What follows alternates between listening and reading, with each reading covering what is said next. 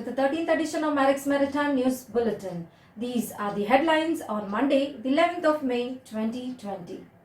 MUI and MASSA urge Indian government to prioritize transfer of Indian seafarers. Shipmanagers speak on crew transfer ground realities. Executive Chairman of Anglo Eastern-Univan Group, Mr. Peter Cremers, has a message for seafarers. Dr. Sanjay Bhavnani is new chairman of FOSMA. And now the news in detail. On 7th May, the Indian government initiated a Vande Bharat mission to repatriate Indian citizens stranded aboard due to the coronavirus pandemic. 3 Indian naval ships and 64 flights operated by Air India are expected to bring back home at least 64,000 Indians, latest by 14th May. So far, over 4 lakh Indian nationals have registered for repatriation. According to Indian government's policy for evacuation, Indians with compelling reasons to return, such as pregnant women, elderly people, students and those facing the prospects of deportation, are being brought home on a priority basis. But what about seafarers? CEO of Maritime Association of Ship Owners, Shipmanagers and Agents, Captain Shiv Halbe, said that considering the pivotal role they play in transportation of essential commodities worldwide, seafarers are essential workers. Government of India should therefore include Indian seafarers on a priority basis in the ongoing repatriation exercise. Captain Halbe said seafarers from India should also be allowed to travel on a paid basis by planes flying to foreign countries under the ongoing Vande Bharat mission. Such a move will allow the most awaited crew change of the Indian seafarers across the globe. The citizens who are returning will pay for their flights as well as for any quarantine requirements that may exist in India. However, it is rather concerning that the government has missed out on a very important aspect of the important aspect, that is the well-being of the seafarers. There are a number of seafarers who are ready to join ships and a large number of seafarers who have now completed their tours of duty and need to return back to their homes. Now they cannot return back unless the joiners embark on board, and this is where the government could have thought of reserving a certain number of seats on these flights which are flying to strategic countries where the ports are located. For example, the United States, the United Kingdom, Singapore maybe, and they could have reserved maybe 10 seats per flight for the seafarers, and the companies could have blocked those seats. There need not have been any reduction in rates, charge them the same amount and allow them to travel out, and similarly allow them to travel back. That would have helped the Indian trade as well as the global trade, because it is the seafarers who are keeping the wheels of trade running. They are the ones who are transporting the essentials like petroleum, wheat, corn and food grains. And it's important that the government respects and understands their role. We sincerely hope that the Indian government will have a relook at what they have embarked on. Good luck to them. General Secretary of the Maritime Union of India, Mr. Amar Singh Thakur, also spoke on this thorny issue facing the industry. Indian seafarers are the backbone of the Indian economy. They are continued sailing on ships since the beginning of the worldwide lockdown, including the seaport. Many of them have completed their contracts and have not been able to go home. They are continuing to do work round the clock away from their families who are waiting for them to come home. The time has come to include them in the list of essential services. They are working hard around the clock during the pandemic. Since the government has taken decision to evacuate the Indian national from abroad, Government of India should give first priority to bring back our Indian seafarers from the foreign countries. Crew transfers at Indian ports have been prioritized through ministry notifications, and movements of crew to and from ships at both major and minor Indian ports are being reported. But at best, the experiences appear to be mixed. We spoke to some of the leading ship managers. Logistics and interstate borders have been the biggest challenge. We need to revisit the SOPs, take the feedback from the organizations that have done the crew change and make them more pragmatic. We must also think on solutions for seafarers on vessels that are not calling Indian ports. With strategic sea lanes on the west coast of India, we should look at conducting crew changes at outer port limits. Authorities should find suitable solutions to this. There's a lot of talk on creating international crewing hubs at key ports worldwide. An opportunity India should not let go. We can see that other seafaring nations like Philippines, East Europe have solutions available for crew changes. Tom owns 80 tankers and we employ seafarers from India, Philippines, Croatia and Denmark. To have the minimal impact on the Indian seafarers, authorities should find a solution and give crew change a highest priority. There are, however, problems because each port has their own standard operating protocols. There are issues about COVID-19 testings. There are hurdles because the e-pass is being used to cross interstate borders. Even though there are issues, we are somehow managing to carry out the crew changes. A big thank you to the Director General of Shipping. We have Captain Daniel from the Director General of Shipping who's constantly available 24/7, helping us out carry out the crew changes. So cheers to the Government of India. In an exclusive video message shared with Marex, Executive Chairman of Anglo Eastern-Univan Group, Mr. Peter Cremers has addressed Indian seafarers.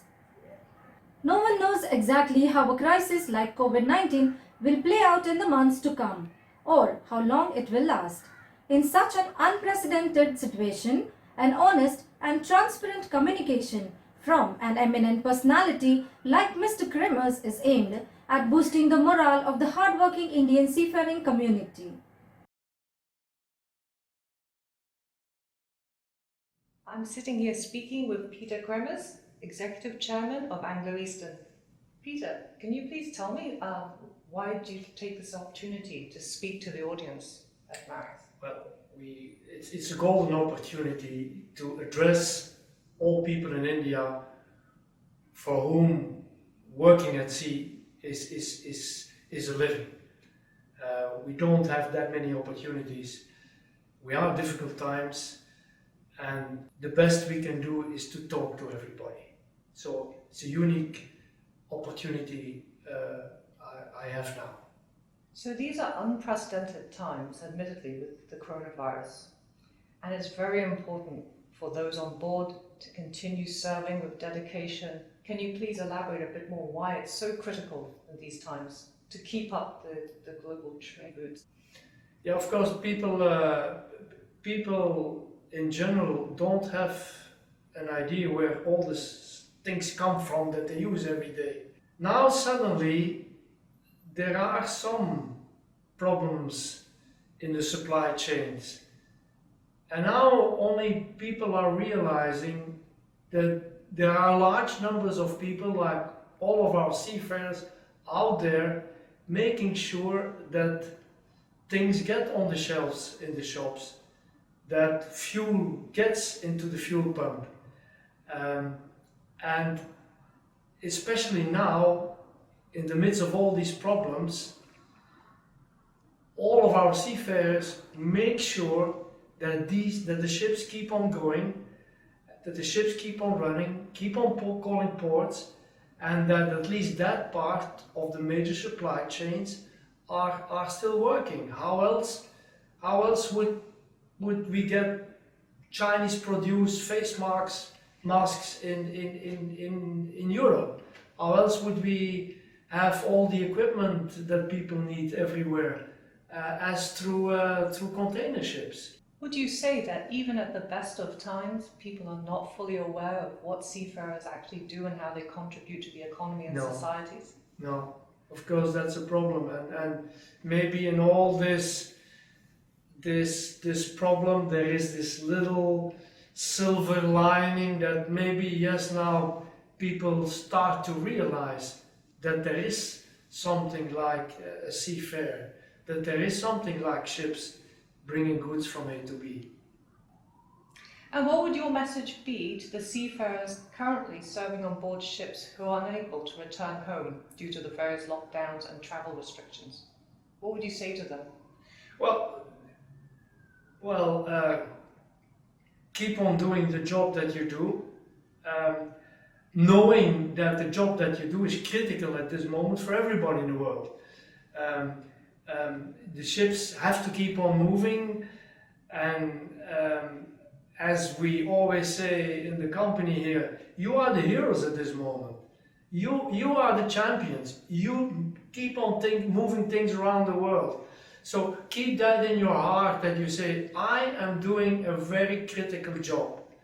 And the only thing that we can do here to help you is to make sure that the world also understands this. That people out there who otherwise may not realize what all you guys are doing, that now they will appreciate. And I think it's our duty to bring that message across all over the world. How critical the job is that you are performing, more so in these difficult circumstances. What would your message be to the families who have been separated from their loved ones who are serving on board ships for months at a time and are unable to return home? What would you say to those families? Well, it's very difficult, of course, for us. We understand you're sitting there, your husband is working at sea. Again, we are really taking care of our seafarers. And again, the same story, they are doing something very critical, particularly at this moment. So it's an easy one, of course, but you should be proud of them. You should be proud of your family members that are on board of the ships, because they keep the things running at this moment. What do you have to say to those who are at home hoping to join a ship because they need to bring in money, but they can't because it's so difficult with the crew changes right now? Do you have any words about, any words of support or advice about the crew relief situation currently? Yeah, the crew relief situation is extremely challenging at this moment. So a lot of people on board of the ships, they want to go home, and we understand that. A lot of people on shore, they want to go on board because they need their salaries. We are doing what we can to restart the crew changes as soon as possible. It's not an easy task because it requires ports, it requires immigration, it requires airlines. We are very much affected by the fact that there are almost no airlines operating at this moment. We need the administrations in India, the administrations in the Philippines, and we're not exactly in a world that helps each other at this particular moment. It's not easy out there, but we're doing what we can to start or to restart that process as soon as possible. Do you have any final words that you would like to say to everyone about the situation? Final words. Let's be proud of this industry. Let's be proud of ourselves that we are an industry that keeps on going in these difficult circumstances. Again, I repeat, we all play a very, very critical role today, more so than ever before. And all of you should be very proud to be a mariner.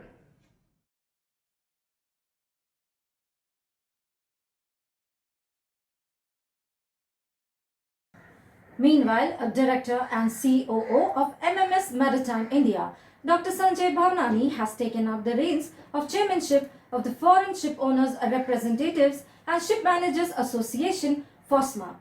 On taking up the reins as chairman and appreciating Captain Passey's work at FOSMA, Dr. Bhavnani said, "To fill up Captain Passey's shoes is going to be very difficult, if not impossible. We cannot thank him enough for his exemplary leadership shown at all times, and we look forward to his continual guidance in times to come. I thank all directors for trusting me with this responsibility to take the efforts of the organization forward. Thank you."